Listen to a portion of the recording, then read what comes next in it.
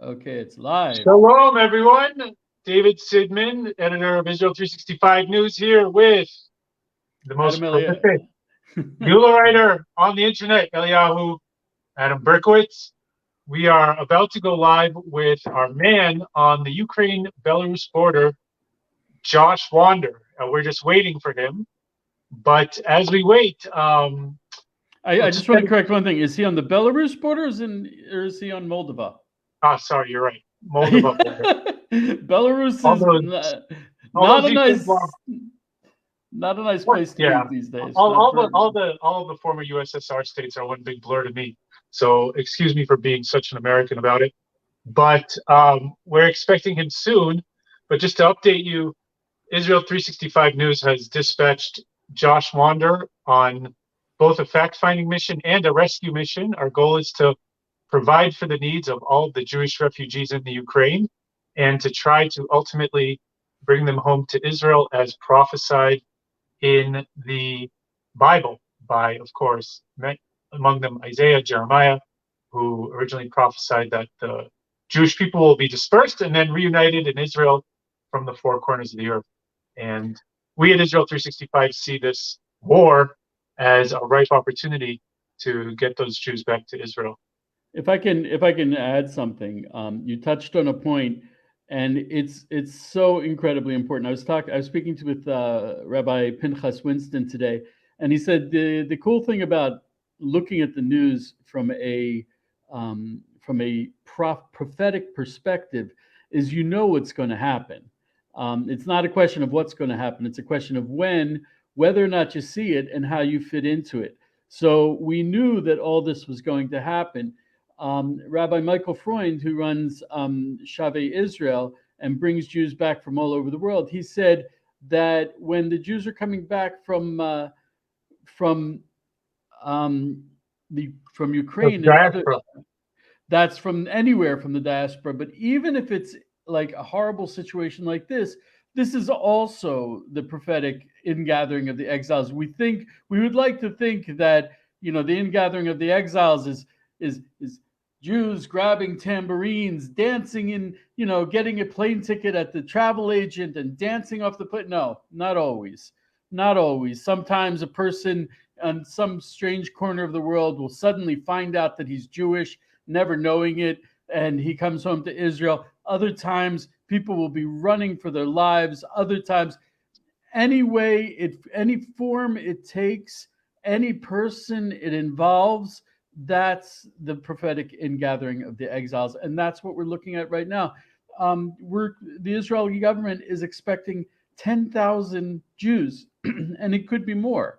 It could be more. So Yeah. this is Well, definitely the prophecy. 70 years ago, there was another war in Europe that catalyzed the formation of the state of Israel. And so, as much as ugly as war is, and as much as we try to avoid it, as much as we pray for peace, with in from the ashes of every tragedy comes an opportunity.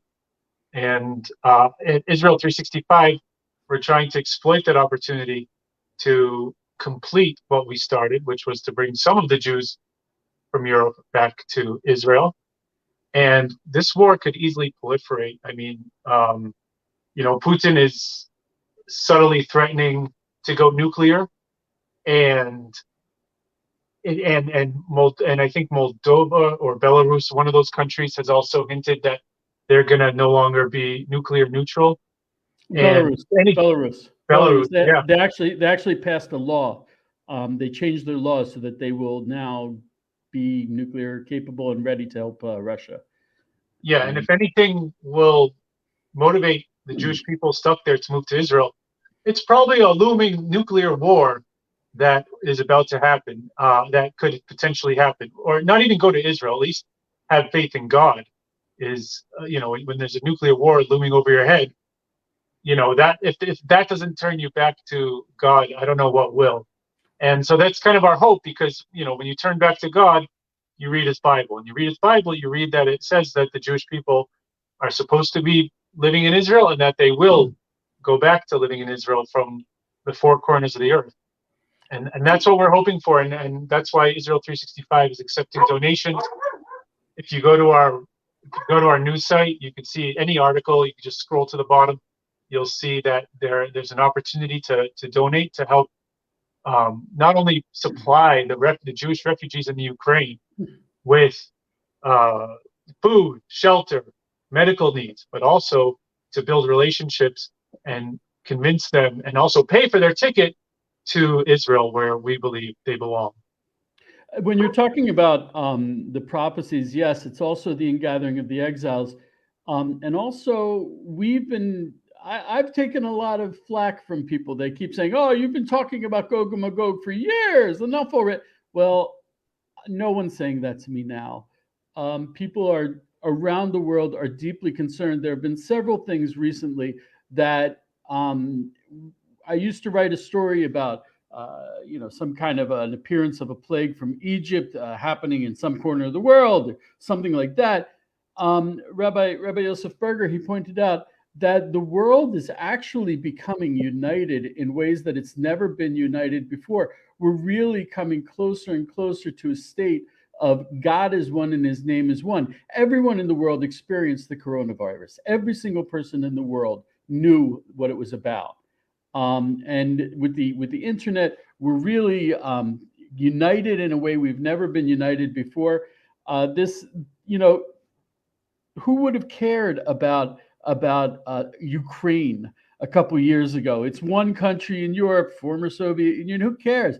But now the whole world has been electrified and realizing how interconnected we are, so that a war in Ukraine could actually endanger everyone. And that's really an aspect of God is one and his name is one. And that's what we're going through. And it's amazing that even Israel is from Israel 365 is getting involved. United Hatzalah sent people there. I spoke to Yael Eckstein 2 weeks ago when she was only working 24 hours a day. Now she's working more. When they say they're bringing over 10,000 people, the fellowship of Christians and Jews, and that's Christians and Jews together, bring over about, she said over 70% of the Jews who they bring over from Ukraine are brought over entirely through the inner mechanism of the fellowship of Christians and Jews. I mean, if that isn't prophetic, I don't know what is. That Christians and Jews are getting together to enact the ingathering of the exiles. Christians are saving Jewish lives just out of a love of the God of Israel. It's really, I mean, there are no words to describe that. It's unprecedented, it's unexpected, and it's really that's what's happening all around us right now. I think it's not news, it's prophecy. I think. Yeah. So here's the $1 million question. As believers in God and his Torah, which side do we choose in this conflict, or should we choose a side at all? I have an answer, but I'd like to hear yours.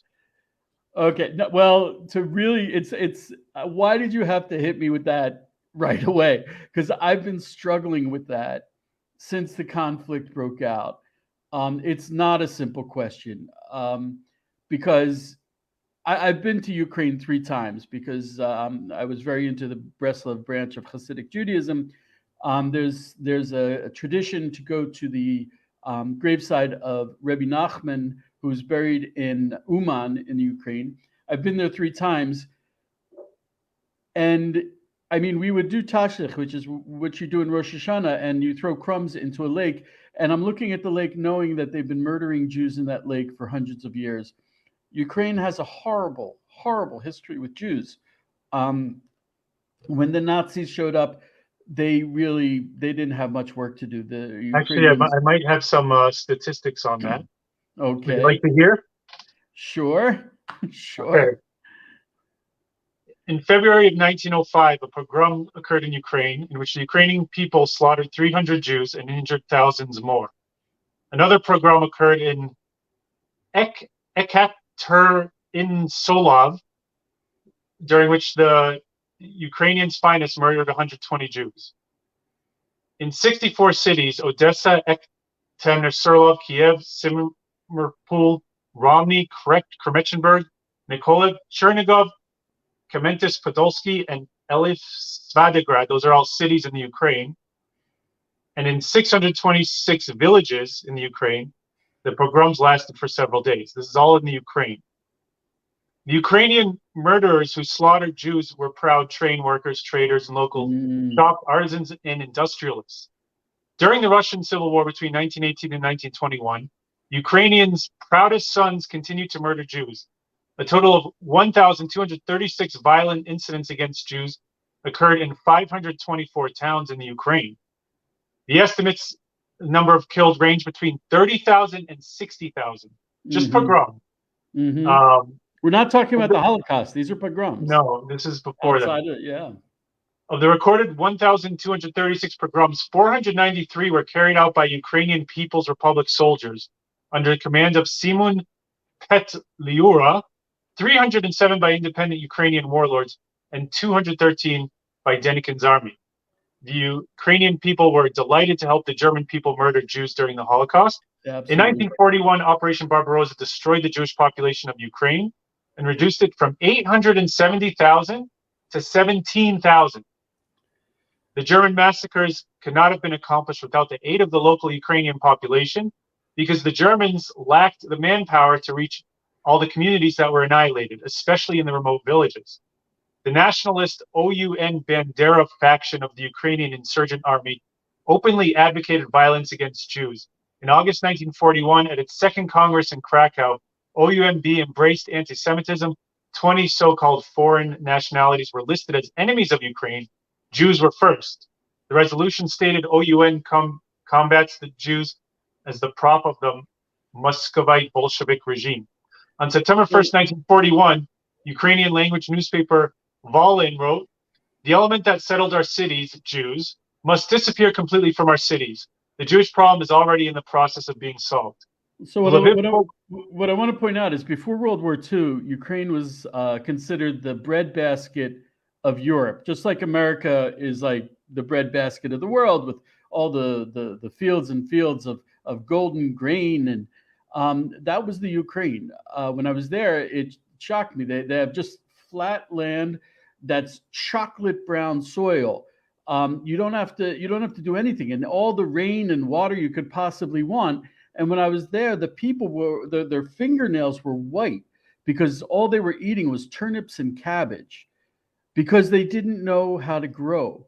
And I kept thinking, I'll bring 10 kibbutzniks to Ukraine and feed the world. It's crazy how fertile the place is. But when they killed the Jews, they lost the bracha, they lost the blessing. So when you ask me, well, that's what I'm saying. So let me just finish up here. Yeah. Lviv pogroms were two massacres of Jews that took place from June 30th to July 2nd and from July 25th to July 29th, 1941. According to Yad Vashem, 6,000 Jews were killed primarily by rioting Ukrainian nationalists and a newly formed Ukrainian militia. Ukrainian nationalists assisted German security police and the Eisenstadt-Gruppen. They compiled lists of targets for the branch offices of the KDS and assisted with the roundups, as in Stanislav, Wolmoritz, Wolinsky, Kuk, as in Zotomir Ravine and Kiev, among other locations. In Korostin, the Ukrainian people carried out the killings by themselves, even without the Germans present.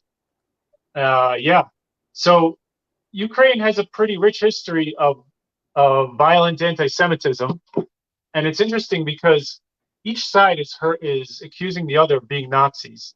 Putin is accusing Ukraine of being run by Nazis, and of course, Ukraine returned the epithet and they said the Prime Minister of Ukraine, Vladimir Zelensky, said, "How can I be a Nazi? I'm the grandson of Holocaust survivors, and I'm Jewish." Well, you know who else is Jewish? George Soros. And you know whose side George Soros is on? Ukraine. So also there, Putin, he actually did have a point. There's a militia, actually sizable militia, called the Azov Battalion in Ukraine. They're Ukrainian militia, and they are neo-Nazis. They use Nazi symbols on their uniforms. They are neo-Nazis. So, but is Putin just blowing them up to be something Also, you have to bigger than they understand that are? Or when Putin says that, I mean, Jews hate Nazis, but the Nazis actually killed more Russians than Jews in World War II. 70% of the generation of World War II, the men were all killed. so Uh, I actually interpret his accusation differently.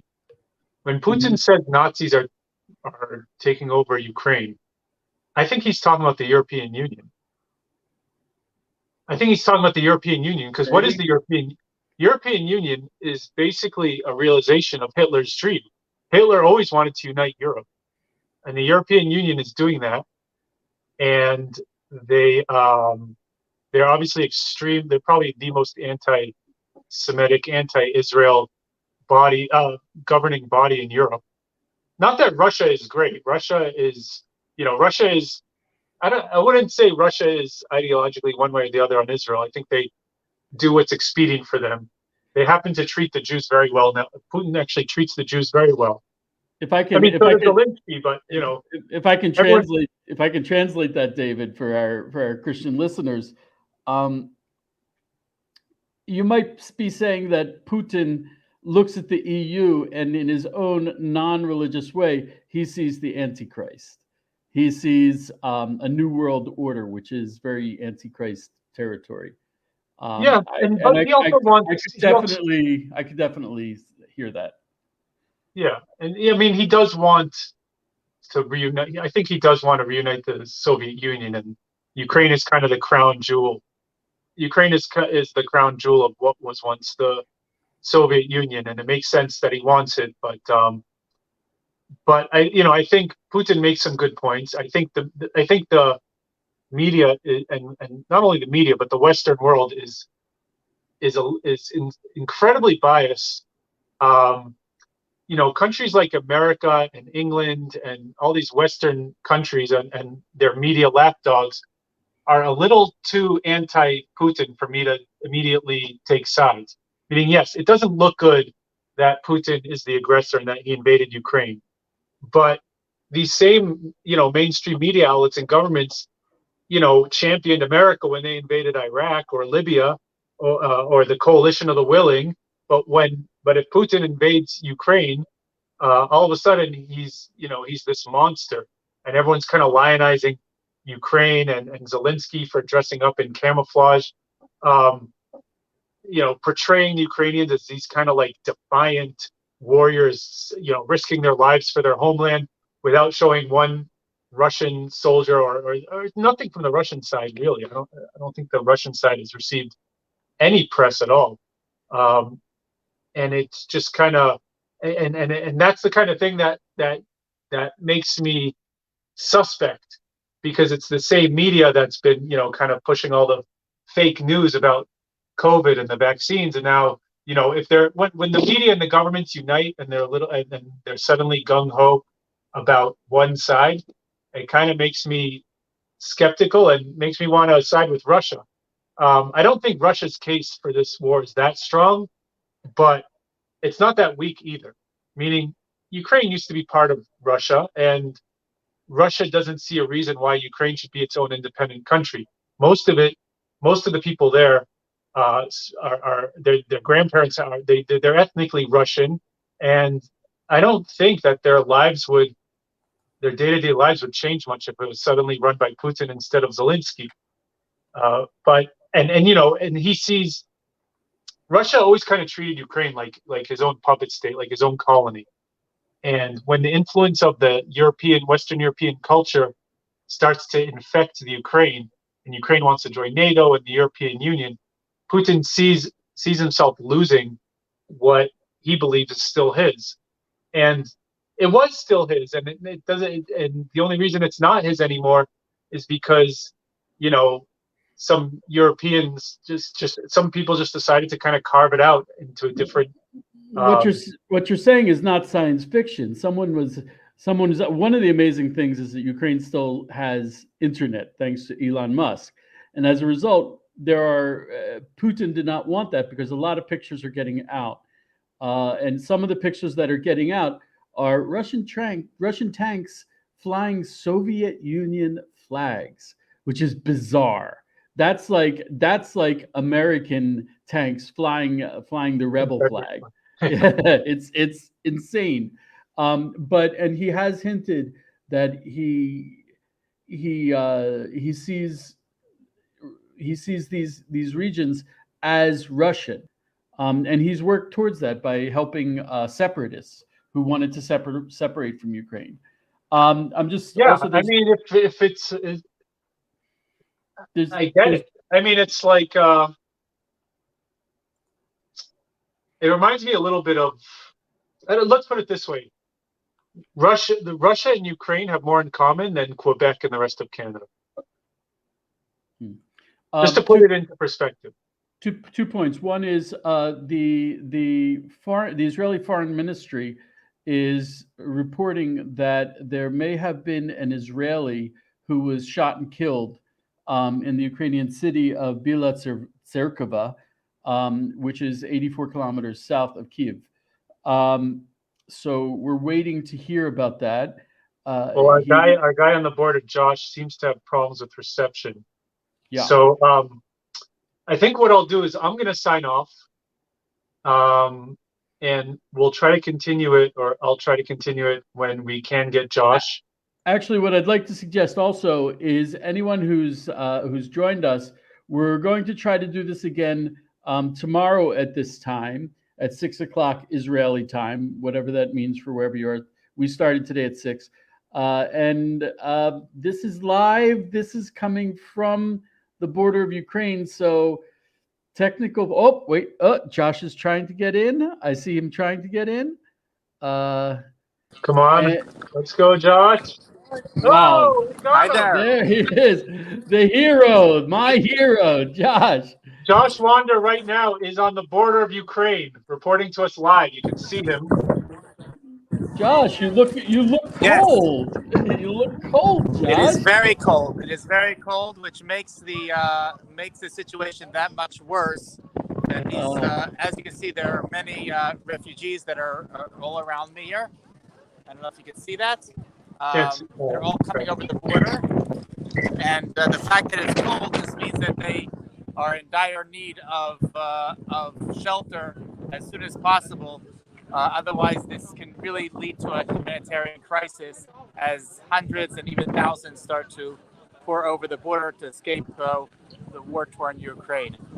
I'm sure a lot of them were forced to flee at a moment's notice, and they didn't think to pack warm clothes and everything they needed for the trip. So, how long? Josh, How where long? are you exactly? People from the Ukraine are used to cold weather, but there's only so much that some of them are walking. There's only so much that they can bring with them. So they brought what they could. Like you said, a lot of them left at the last minute. Their cities were being bombed.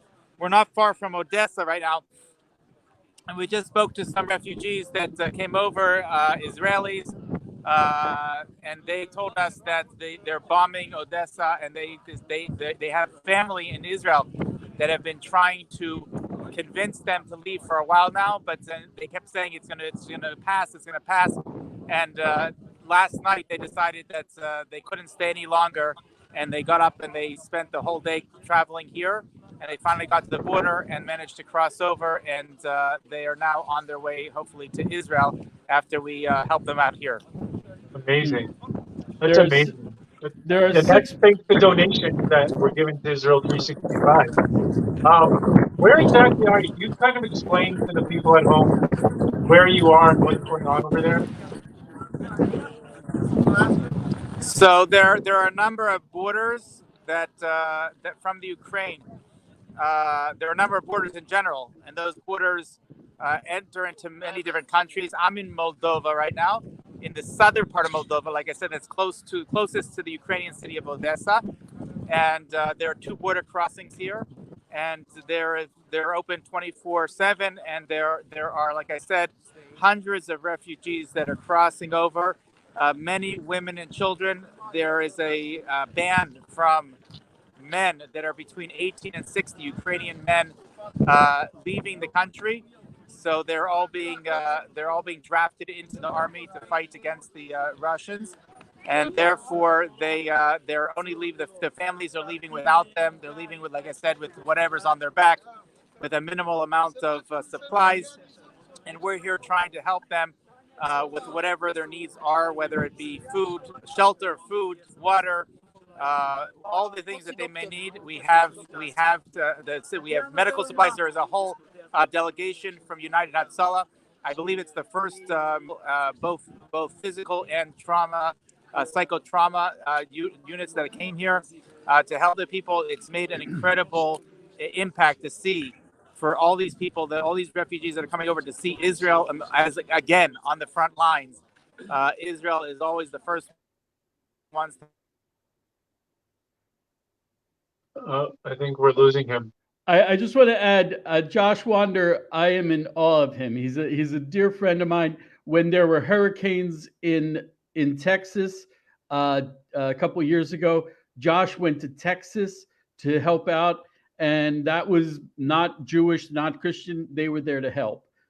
Israel does that quite a bit. I was a medic in the Army, and they're medics that the highlight of their Army career is to go help out in areas that have been hard hit.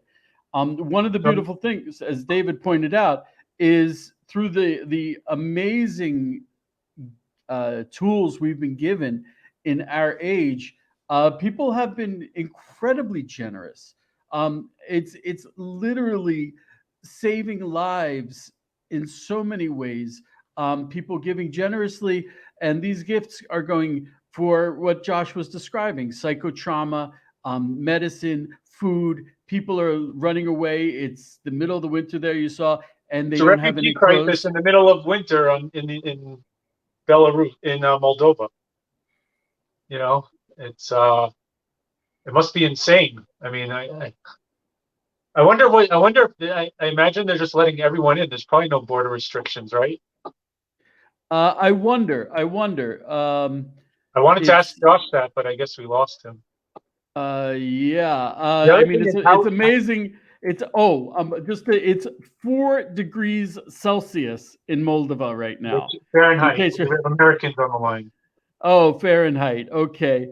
So. By the way, I wonder if he can get into the Ukraine. Probably, right? There's probably no way. It's 40 degrees Fahrenheit in Moldova, which if you're so sitting, if your house just got destroyed and you're on the run, that's not any temperature you want to be outside in for any length of time if you don't have a home. So that's it's probably it's probably easy for him to go into the Ukraine though, right? Into Ukraine, right? No, I don't think anyone's going into Ukraine. They did close because they're not allowed, or because they don't want to. I don't think they would allow people in. They're not allowing. There is border control. They're not. Ukraine is not allowing out any army age men. Army age. No, but men, allowing in. Like if Josh wanted to go into the Ukraine, would they let him? Don't know. Because they on the one hand, like, what are the, they might see it as a Russian invasion. Like they might think he's a spy from Russia. Don't you dare suggest it. No, I'm not just saying that's what they might think. Because I care very deeply for Josh, and I don't want him to go too much in harm's way. Josh lives on the Mount of Olives, so he's used to living in places that people are. And in May, when they had the riots, his car was attacked and nearly destroyed as he was driving home. Josh is not a shy, scared easily kind of person. But I'm deeply concerned. He's there. I'm deeply concerned for everyone there. It's literally a war zone in the most extreme way you can imagine.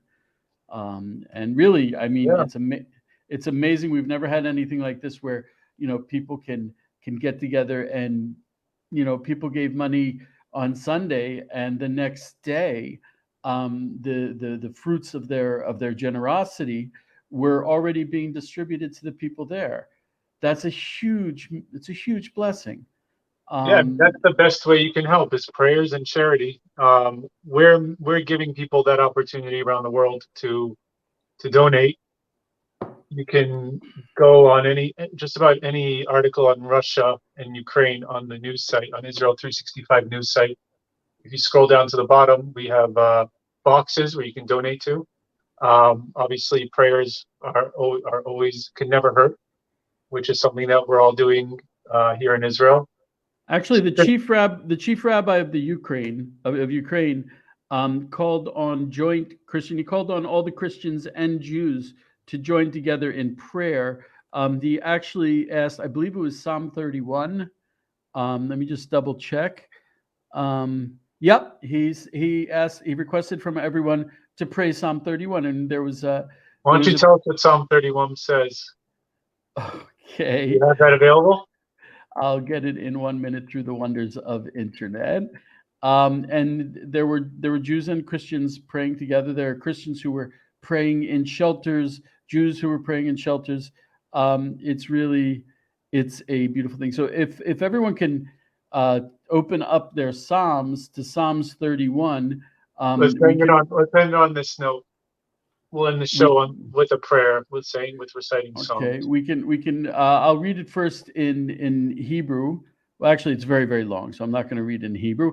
But we can read it together in English. Okay. למה נצח מזמור לדוד, בך אדוני חסיתי אל אבושה, לעולם בצדקתך פלטני. For the leader, a psalm of David, I seek refuge in you, Hashem. May I never be disappointed, as you are righteous and you rescue me. Incline your ear to me, be quick to save me. Be a rock, a stronghold for me, a citadel for my deliverance. For you are my rock and my fortress. You lead me and guide me as befits your name. Amen. So that's a prayer for everyone in Ukraine. As I said, the chief rabbi called on Jews and Christians to join together in prayer. There have been prayer vigils all over the world. Think about there are people in Ukraine praying in shelters as the bombs fall. This is the reality we're living in, and God willing, it won't spread. This is a disease that can spread around the world like wildfire. And you know what? If you're watching at home and you have a psalm or even a passage from the Bible that you think is relevant to what's happening in Ukraine, just leave it in the comments, and maybe in the next show we'll give you a shout out and we'll recite the verse or the psalm that you leave in the comments. And until then, hopefully the next time we'll have Josh on for longer. I can imagine why the connection didn't work out. There's all sorts of cyber warfare going on between Russia and Ukraine. So I'm not surprised that the connection. I'm blessed that we got the amount of time we did with Josh, because the connection is probably being manipulated by some hostile actors. Well, as part of the even aside from cyber war, there have been because of the possibility of escalation to nuclear war and strategic nuclear, tactical nuclear weapons. There's been a back and forth where the European Union has shut down their skies to Russian air traffic, and Russia has done the same. This is really how wars look like when they start. 21st century war. All right. And also they've shut down the internet to Russian news sites, and vice versa. So there is definitely a cyber element to this. That's also why you need to tune into Israel 365 News, because we have people on the inside in Russia who are telling us their side that I'm reporting about. And on that note, I think I'm going to sign off. Are you as well? Are you going to stay on longer? I just want to say that at 6:00 tomorrow, we're going to try again a live feed with Josh, where we can see him live on the border with Ukraine, and hear about more of the amazing things he's doing there. If Josh sees this, I'm sending love to you, guy. I know you hate that, but he's not a touchy-feely guy. But I am so in awe of him that he's doing God's work. He's amazing. Thank you so much, y'all. Shalom from Israel. Shalom from Israel. From the Ukraine border. Be blessed.